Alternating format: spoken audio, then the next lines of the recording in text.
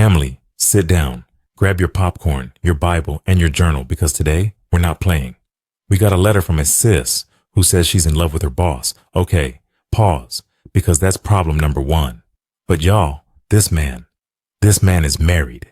And just when you think it couldn't get worse, here comes his wife. She slid into this girl's messages like, "Why are you always texting my husband? Don't play dumb. I know what's going on. This will not end well for you. Don't get caught slipping. I said what I said." When I tell y'all this wife came through with the, "I'm not new to this, I'm true to this" energy, baby, it's not just messy, it's a whole disaster. Marcus is out here playing games, the wife's clocking everybody, and sis, she's over here stuck, confused, and ashamed. Listen, y'all, this is about to be one of those episodes because we need to have a real conversation. Marcus out here treating his wife like a footnote, his side piece like a storyline, and sis is out here writing us because she needs clarity. And baby, we've got nothing but clarity for you today. This isn't just about calling out Marcus. Oh, he's about to get dragged. But sis, we're pulling you up too. So, if you're tangled up in one of these, he said his marriage is over situations, buckle up. Because Ty and I are about to serve you the truth, the whole truth, and nothing but the truth. Here we go.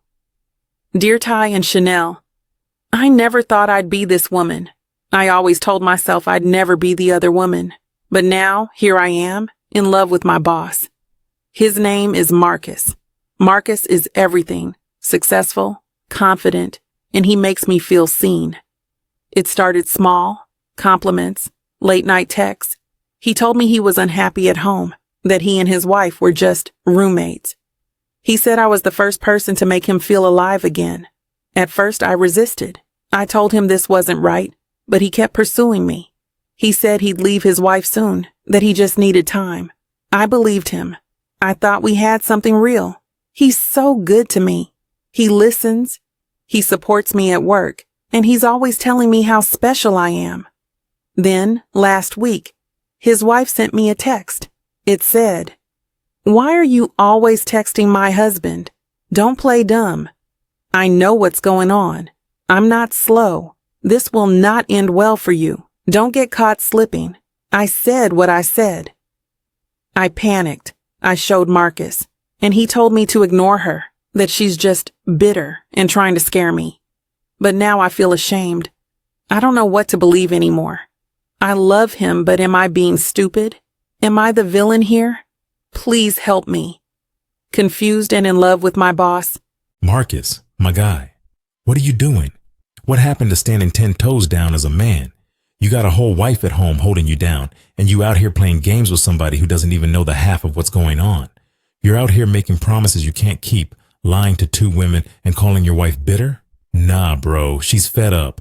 And let me tell you something about wives. They don't just send texts like that out of nowhere. She's been watching, she's been knowing, and now she's clocking you because your storylines ain't adding up. Let me make this plain, Marcus. If your house is broken, fix it. And if you can't fix it, leave clean. But don't sit here tearing down your family and someone else's life because you don't have the courage to face your truth. This isn't leadership. This is coward behavior. And let's be real. God ain't in this mess. You're sneaking, you're lying, and you're breaking vows you stood before him to make. Marcus, let this be your wake-up call. Get yourself together before it's too late. And sis, come here because I need you to hear me. Marcus is not your man. He's a liar. And the sooner you see it, the sooner you can walk away. I get it. You're not stupid. You're just hurt. And you wanted to believe him when he said he'd leave. But baby, a man who wants to leave doesn't need time. He needs decision. And Marcus, he's already made his decision. He's staying home while you stay hidden. You said Marcus makes you feel seen. But let me ask you this. Does seen come with shame? With secrets? With texts from his wife? Baby, that's not love. That's lies wrapped in lust. And you deserve better. God didn't create you to be second choice. He didn't create you to compete for crumbs when he has a whole feast waiting for you. Walk away, sis.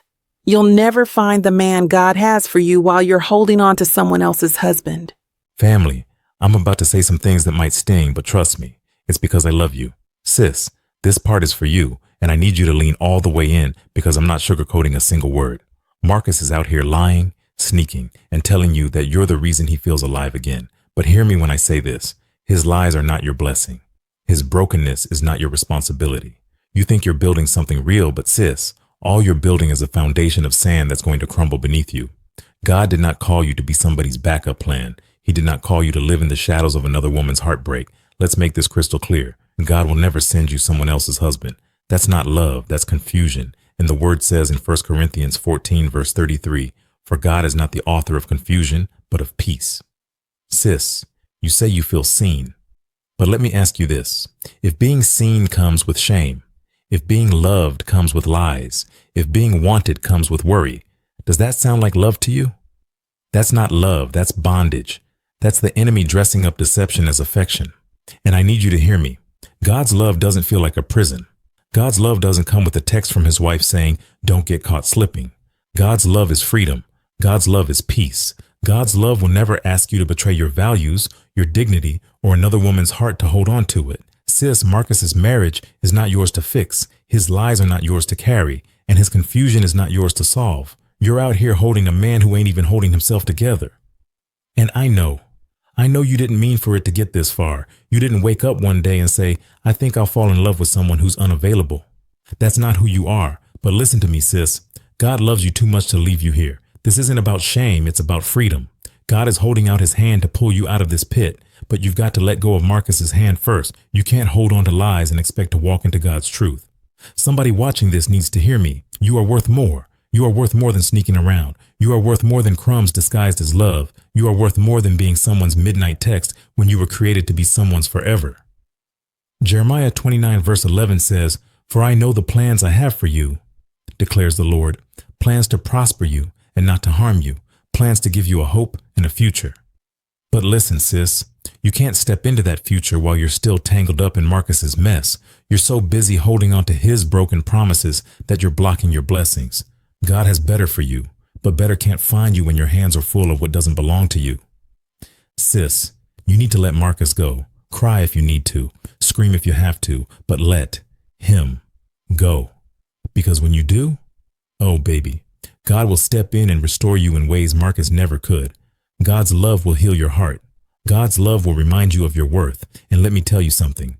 When God brings you the man he has for you, that man will love you openly, honor you fully, and stand 10 toes down for you the way Marcus never could. You think this heartbreak will kill you? Sis, it won't. This heartbreak is going to birth you. This pain, God will turn it into purpose. The tears you're crying today will water the garden of your healing tomorrow. Romans 8 verse 28 says, and we know that in all things God works for the good of those who love him, who have been called according to his purpose. Even this mess, this pain, and this shame, God can use it, but you've got to give it to him. Let Marcus go. Let him go so God can show you how much he's been holding for you.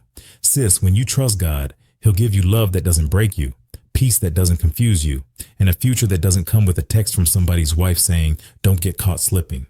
Let me say this one last time. You are not the villain, but you'll become one if you stay.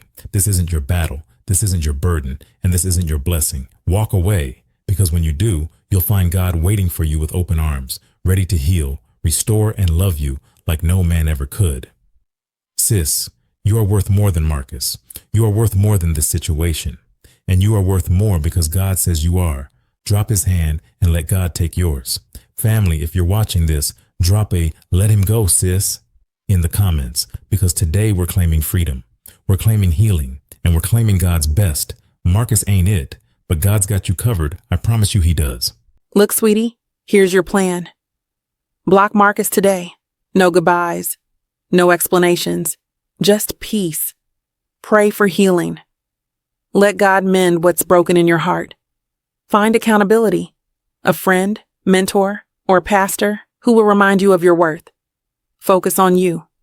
Rediscover your joy, your purpose, and your glow. Remember, sis, you are worthy, you are loved, and God has something better waiting for you. Choose you today. Stay blessed, stay wise, and stay out of married folks' inboxes. We love you, And we're always going to keep it real with y'all. Family, if you're in a situation and you need us to keep it real with you, send that letter. Our inbox is open and you can email us at the address down in the description. No judgment, just truth, love, and maybe a little tough talk to get you back on track. And listen, don't forget to like this video so more people can find it. Drop a comment saying, "Let him go, sis," if this message blessed you, and subscribe to the channel so you don't miss a single episode. We're here 5 days a week, family, holding you accountable, making you laugh, and keeping God at the center. We love you, and we're always going to keep it real. Stay blessed, and we'll see you in the next one. Peace.